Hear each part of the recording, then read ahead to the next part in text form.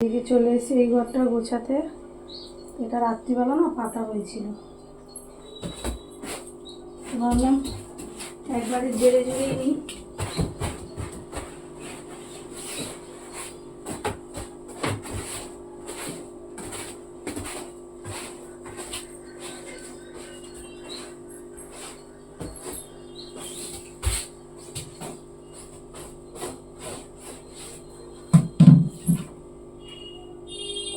তাই যদি মাঝে মাঝে এগুলোকে পরিষ্কার করা হয় না, তাহলে অ্যাকচুয়ালি ভালো থাকে, পোকামাকড় হওয়ার ভয় থাকে না।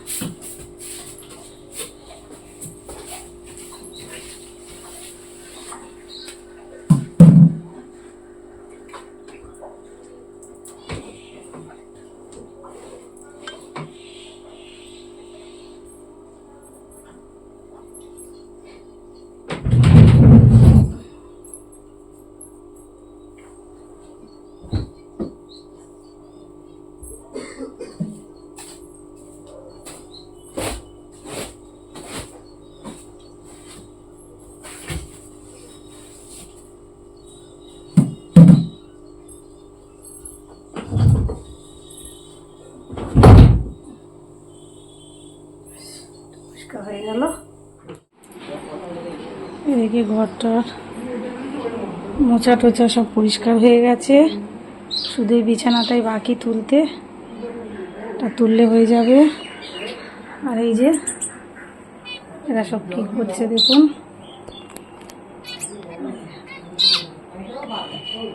শুধু ডাকা, আস্তে আস্তে ডাকা, আর এদের কাজ আর কি। আর এই ঘরে চলেছে ড্রয়িং করা। আজ তো সানডে। এই যে আমার প্রিয়ম বাবা ড্রয়িং করছে বসে বসে।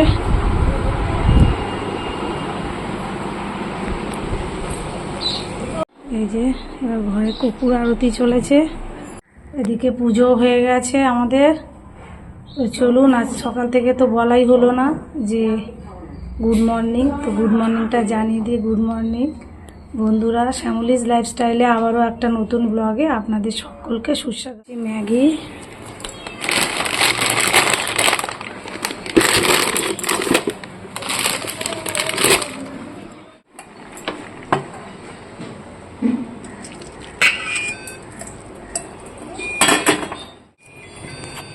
এই যে বানিয়ে নিচ্ছি লাল চা।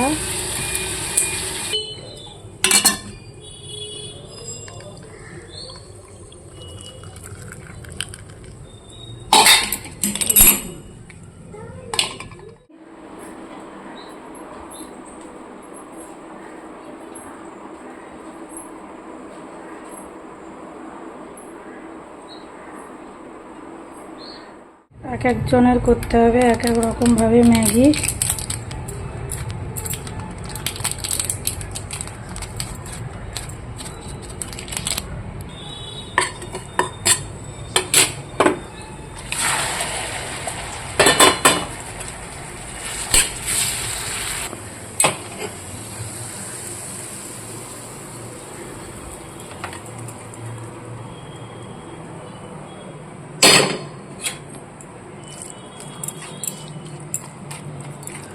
এদিকে ম্যাগির পাট মিটলো।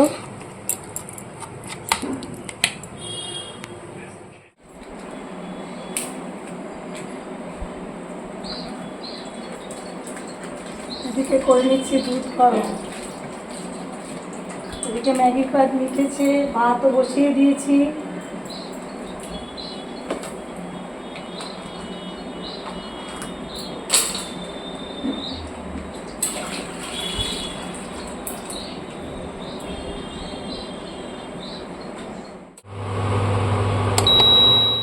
পাট মিটে গেছে, ভাত ফুটিয়ে আর 1 ফুট হতে একটা গ্যাসটা বন্ধ করে রেখে দিয়েছি। আর এই যে ডিম নিয়ে এসছে, ডিমটা তুলে রেখে আসি। এনেছে কাটা পোনা, এটা মাছ দিয়ে আলু দিয়ে ঝোল বানাবো। আর এই যে পটল ভাজা বানাবো।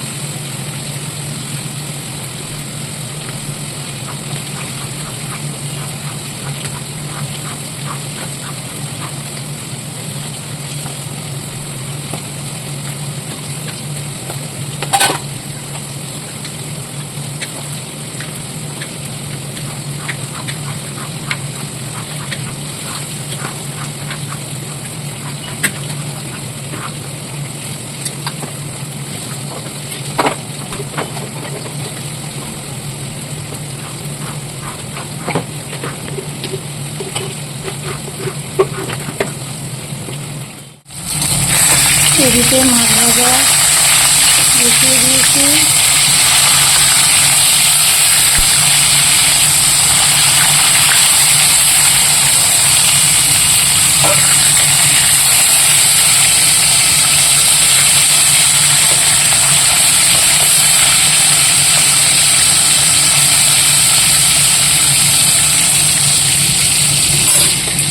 এদিকে তেল গরম হয়ে গেছে, দিয়ে দেবো পটল। পটলগুলো না একটু পেকে পেকে যাচ্ছে, কিন্তু পটল পাকা পটল না ভাজা খেতে খুব ভালোবাসে আমার বাড়ির লোক, মানে আমার হাজব্যান্ড খুব ভালোবাসে। এই জন্য ভাবলাম পাকা পাকা পটল আর তরকারি করে লাভ নেই, ভেজেই তুলি।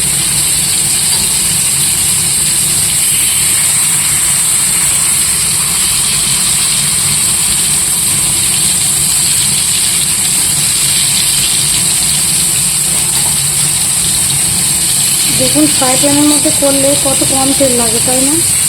খুব বেশি তেল কিন্তু লাগে না, কিন্তু কড়াইয়ের মধ্যে করলে অনেকটাই আমার মনে হয় তেল লাগে।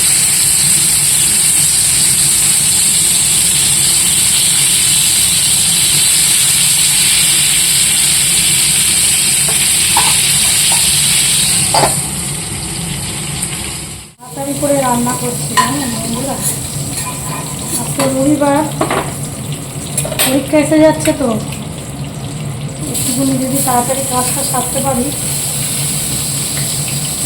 একটু পড়াতে নিয়ে বসাবো, ওই জন্য একটু তাড়াতাড়ি করছি। যেভাবে তাড়াতাড়ি করে রান্না করা যায়, রান্নাটুকুই তো বাকি আছে, সকালে তো দেখিয়েছি সব কাজ হয়ে গেছে, শুধু রান্নাটুকুই বাকি আছে। আর বাসনও তো বেশি পড়েনি, আর ওইদিকের বাসন তখন সব মাজা হয়ে গেছে, হ্যাঁ পরিষ্কার করা হয়ে গেছে, শুধু এইটুকু বাকি আছে। এই মাছের ঝোলটা বানালে ব্যাস হয়ে যাবে, আর কিছু বানাবো না। আমি ভেবেছিলাম একটু ঢেঁড়স সিদ্ধ করবো, কিন্তু অনেকগুলোই পটল ভাজা হয়ে গেছে। আমাদের বাড়িতে না আমি বেশি কিছু তো খেতে যাবে না, যেটা রান্না করে কী হবে বলুন।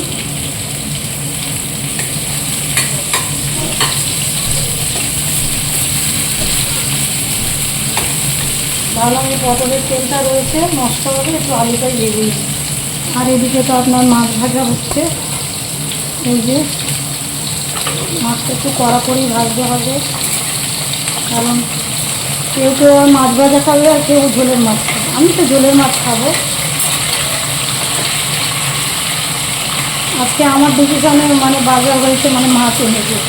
আমি বলেছি কাটা পোনা, আমি অনেক দিন কাটা পোনা খাই না, খালি মাংস আর ইলিশ মাছ, মাংস আর ইলিশ মাছ, আর ভালো লাগছিল না, ওই জন্য বললাম যে তাহলে ইয়ে করো, একটু কাটা পোনা নিয়ে আসি। এদিকে তেলের মধ্যে দিয়ে দিলাম একটু গোটা জিরা, আর দিয়ে দেবো টমেটো,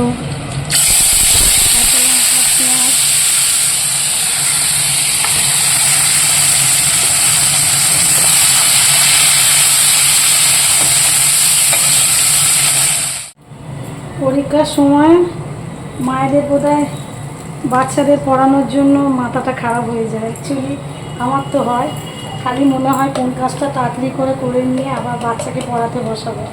যদিও এখনও পড়ছে, অঙ্ক করতে দিয়ে এসছি ছোটোটাকে, বড়োটা পড়ছে।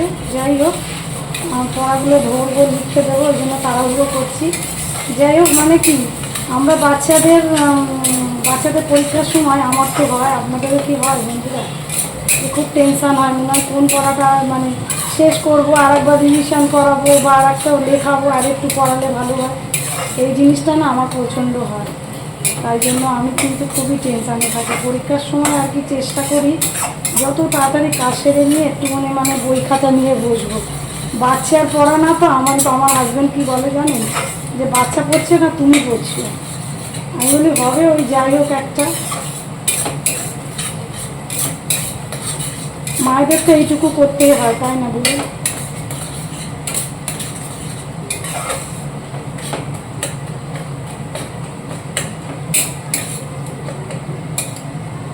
অ্যাকচুয়ালি আমরা যদি পরীক্ষা করে মনের মধ্যে ওদের টেনশনটা না দিই না, ওরাও দেখবেন খুব মানে স্পিডে পড়াশোনা করে না। আর আমি যদি বলি না বারবার যে এই পরীক্ষা এসে গেছে, এই 10 দিন বাকি, এই 20 দিন বাকি, ওদের মধ্যে একটা ভেতরে একটা মানে তৈরি হয় যে না আমাকে এবার পড়ে নিতে হবে বা এবার ওই রিভাইজ করতে হবে। এটা যখন যেটা পড়াই সঙ্গে সঙ্গে চুপ করে নেয়, এই জন্যই আর কি বলা।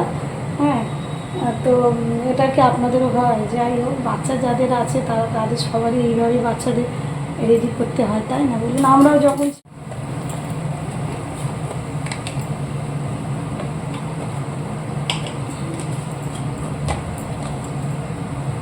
এদিকে দিয়ে দিলাম হলুদ গুঁড়ো, লঙ্কা গুঁড়ো আর জিরা গুঁড়ো, ওদিকে আদা রসুন পেস্ট দিয়ে দিয়েছি, আর ওইদিকে আপনার জল গরম বসিয়ে দিয়েছি। একটু গরম জল দিলে না মানে তাড়াতাড়ি হয়। আমি তো একেই চাইছি একটু তাড়াতাড়ি রান্নাঘর থেকে বেরোতে।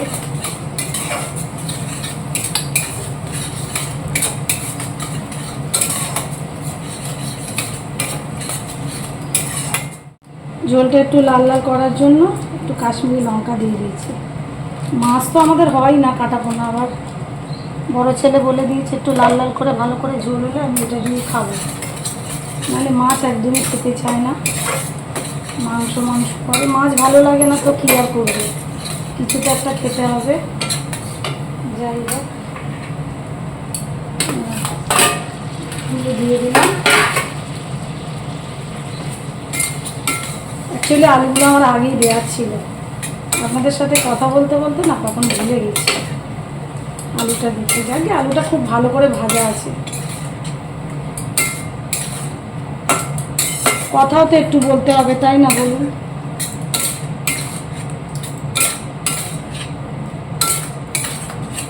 হয়ে গেছে, এবার এই যে জল ফুটিয়ে রেখেছি দিয়ে দেবো। এদিকে এই ঝোলের মধ্যে একটুখানি ভাজা জিরা দিলে আর কি খুব টেস্ট আসে, ওই জন্য একটু জিরাটাও ভেজে নিচ্ছি। মোটামুটি গুঁড়ো করে নিয়েছি, দিয়ে দিলাম। ঝোল রেডি। এদিকে আমার আজকের মতন কাজকর্ম সব কমপ্লিট। তো এই যে সব গুছিয়ে টুছিয়ে নিয়েছি, যা যা মোছামুছি করে নিয়েছি, শুধু এই গ্যাসটুকু সামনেটুকুই বাকি আছে। আর ওদিকে কাজকর্ম হয়ে গেছে, এদিকে ভাত আর পটল ভাজা আছে, আর এই যে মাছের ঝোল আর মাছ। চলুন আজ আর ভিডিওটা বাড়াবো না, আজকের মতন এখানেই আমি আমার ব্লগটা শেষ করছি। তো tata, bye bye, see you again. আবার দেখা হবে নেক্সট ব্লগে। টাটা।